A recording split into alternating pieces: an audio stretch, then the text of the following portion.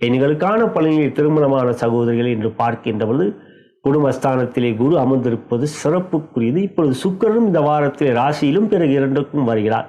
குடும்பத்தில் மகிழ்ச்சி, சந்தோஷம், குழந்தைகளிடம் அன்பை காட்டுவீர்கள். அவர்களுடைய கல்வியிலும் மேன்மை இருக்கும் என்று இந்த வாரம் உங்கள் மனதுக்கேற்றவாறு இனிதாகவே அமையும்.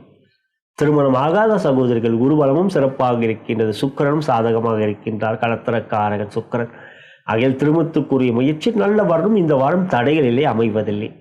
மறுமணத்துக்கான முயற்சி என்று பார்க்கின்ற 11ஆம் இடமே மறுமணஸ்தானம். அவ்வீட்டிலே சனி வகரமாக இருப்பதனால் மறுமணத்துக்குரிய முயற்சியில் அவ்வீட்டுக்கு அதிபதி குரு 2ல் இருப்பது நல்ல வரன் அமையக்கூடிய யோகம் இருக்கின்றது.